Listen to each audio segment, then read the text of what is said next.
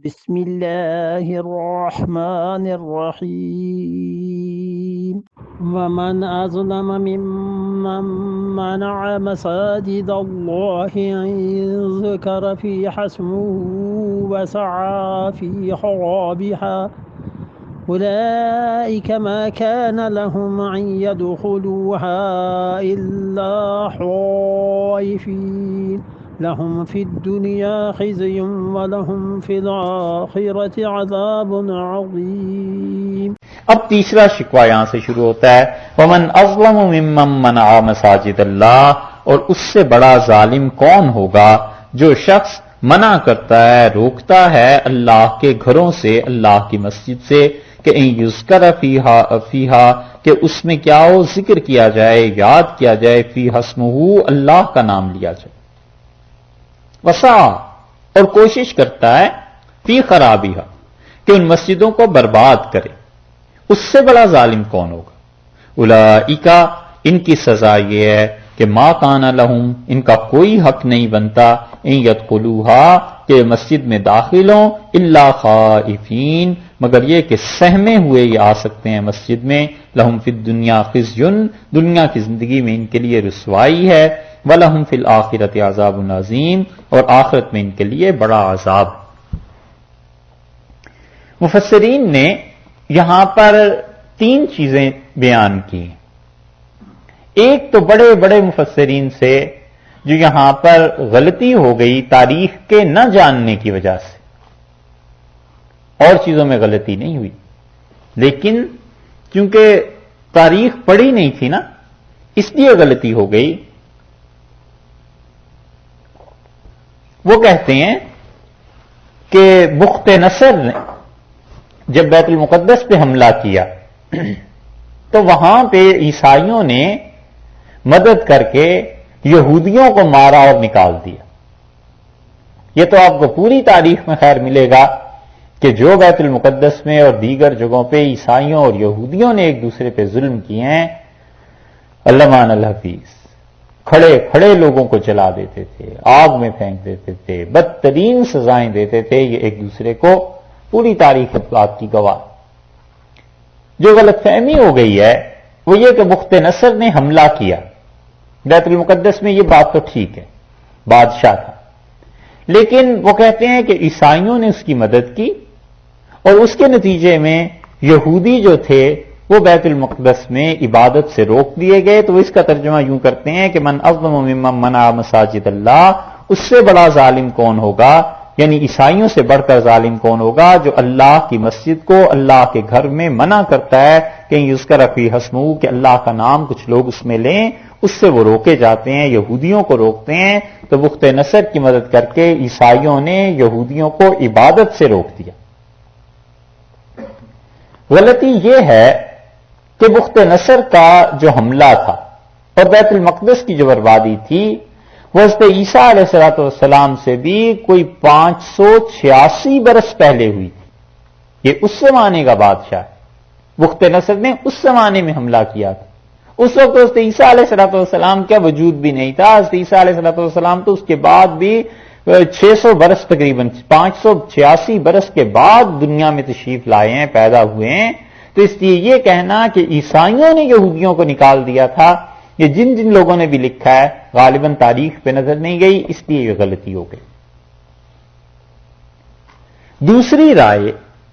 جو صحیح بھی ہو سکتی ہے، وہ کہتے ہیں کہ ٹائٹس جو تھا مشرک تھا، شرک کرتا تھا، اور رومی تھا، اور انہوں نے یہودیوں کو نکالا بیت المقدس سے۔ مشرک تھا ٹائٹس، شرک کرتا تھا، اور ان لوگوں نے مل کے یہودیوں کو بیت المقدس سے نکال دیا۔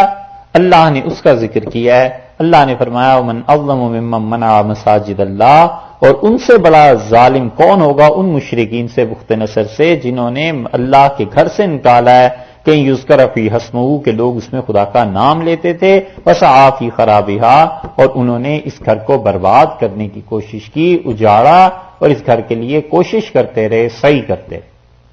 دو تفسیریں۔ اور تیسری تفسیر بڑی مناسب کی ہے مفسرین نے، وہ کہتے ہیں کہ یہ آیت نازل ہوئی ہے حدیبیہ کے بعد، حدیبیہ سے پہلے یہ آیت نازل نہیں ہوئی۔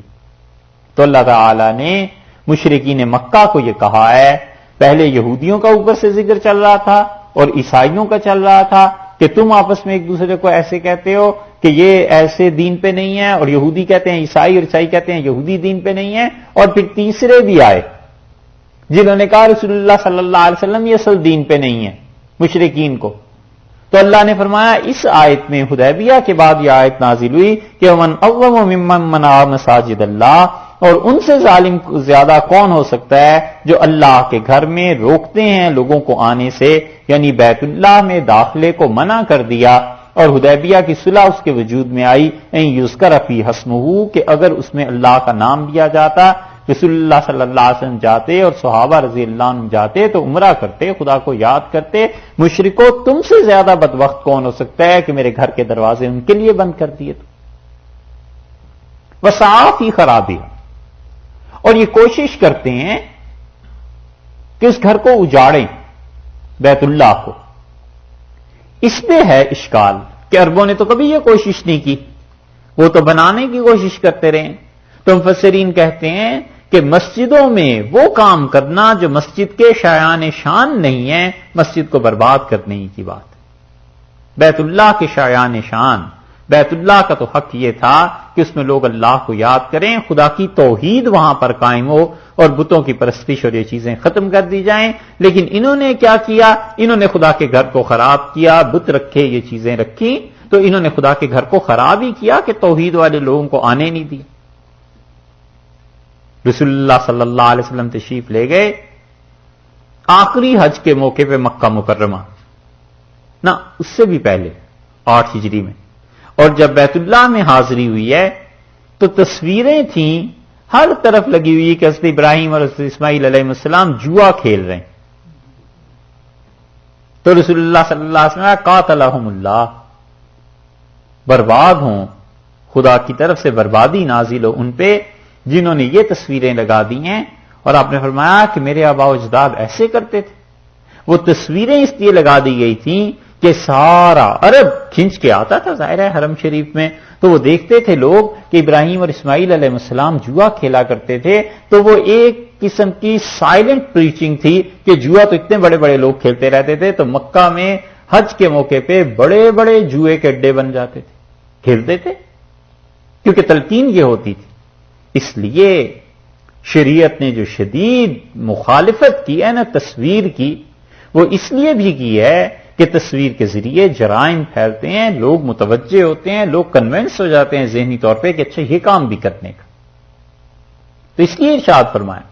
کہ ان سے بڑا ظالم کون ہے؟ یہ کہتے ہیں رسول اللہ صلی اللہ علیہ وسلم دین پہ نہیں ہے، اپنی حالت تو دیکھیں، ان سے بڑا ظالم کون ہو سکتا ہے؟ منع مساجد اللہ، اللہ کے گھروں سے، مسجدوں سے روکتے ہیں۔ جب رسول اللہ صلی اللہ علیہ وسلم تشریف لے گئے 6 ہجری میں حدیبیہ میں، ان یذکر فی اسمہ، اور اللہ کا نام لینے سے روکتے ہیں، یعنی آپ کو عمرے سے انہوں نے روک دیا اور منع کیا، وسعی فی خرابہا، اور کوشش کرتے ہیں اس گھر کو اجاڑنے کی، اولئک ما کان لہم ان یدخلوہا، اور یہ مشرک اللہ کے گھر میں نہیں داخل ہو سکتے الا خائفین، مگر جب تک کہ سہمے ہوئے نہ ہو، ڈرے ہوئے نہ، انہیں نکالنا چاہیے خدا کے گھر سے، یعنی بیت اللہ سے۔ کافر کا مسجد میں داخلہ کیا ہے؟ ہونا چاہیے یا نہیں ہونا چاہیے؟ امام مالک رحمۃ اللہ علیہ کا مسلک تو یہ ہے کہ وہ کہتے ہیں دنیا کی کسی مسجد میں کافر داخل نہیں ہوگا، اور امام ابو حنیفہ رحمۃ اللہ علیہ کا مسلک یہ ہے کہ وہ کہتے ہیں ہر گھر میں، ہر مسجد میں کافر جا سکتا ہے، حتیٰ کہ بیت اللہ میں بھی کافر کا جانا جائز ہے، مگر وہ کہتے ہیں الا خائفین، مسلمانوں کے تحت، مسلمانوں کی نگرانی میں جا سکتا ہے، یہ نہیں ہو سکتا کہ غلبے، قوت اور طاقت سے مسلمانوں کی مسجد میں جائیں۔ اگر مسجد کو وہ اس طرح فتح کرنے کی کوشش کریں گے تو وہاں کے مسلمان مسجد کا دفاع کریں، روکیں انہیں اور لڑیں اس کے لیے۔ اور اگر وہ اپنی خوشی سے آتے ہیں، اسلام کو قبول کرنے کے لیے آتے ہیں، وزٹ کرنے آتے ہیں، مسلمانوں کی عبادت دیکھنے آتے ہیں، تو وہ کہتے ہیں بیت اللہ میں بھی اس پہ پابندی نہیں۔ امام احمد ابن حنبل رحمۃ اللہ علیہ بیت اللہ کے علاوہ اجازت دیتے ہیں، بیت اللہ کی اجازت نہیں دیتے کسی کافر کو آنے کی۔ اس کی وجہ سے آپ دیکھیے سعودیہ میں ایک خاص جگہ پر لکھا جاتا ہے کہ یہاں سے نان مسلم جو ہے آگے نہیں جا سکتا۔ اس کی تفصیلی بحث سورہ توبہ میں ہے، جہاں پہ اللہ نے مسلسل آیات نازل کی ہیں۔ اس لیے خلاصہ ساری گفتگو کا حنفی فقہا کے یہاں یہ ہے کہ وہ کہتے ہیں اگر کوئی کافر اسلام کو سمجھنا چاہتا ہے، مسجد میں آنا چاہتا ہے، تو اس کو آنے میں کوئی اجازت دینے میں کوئی حرج نہیں، اجازت دینی چاہیے تاکہ وہ قریب آئیں اور مسلمانوں کے دین کو دیکھیں۔ لہم فی الدنیا خزی،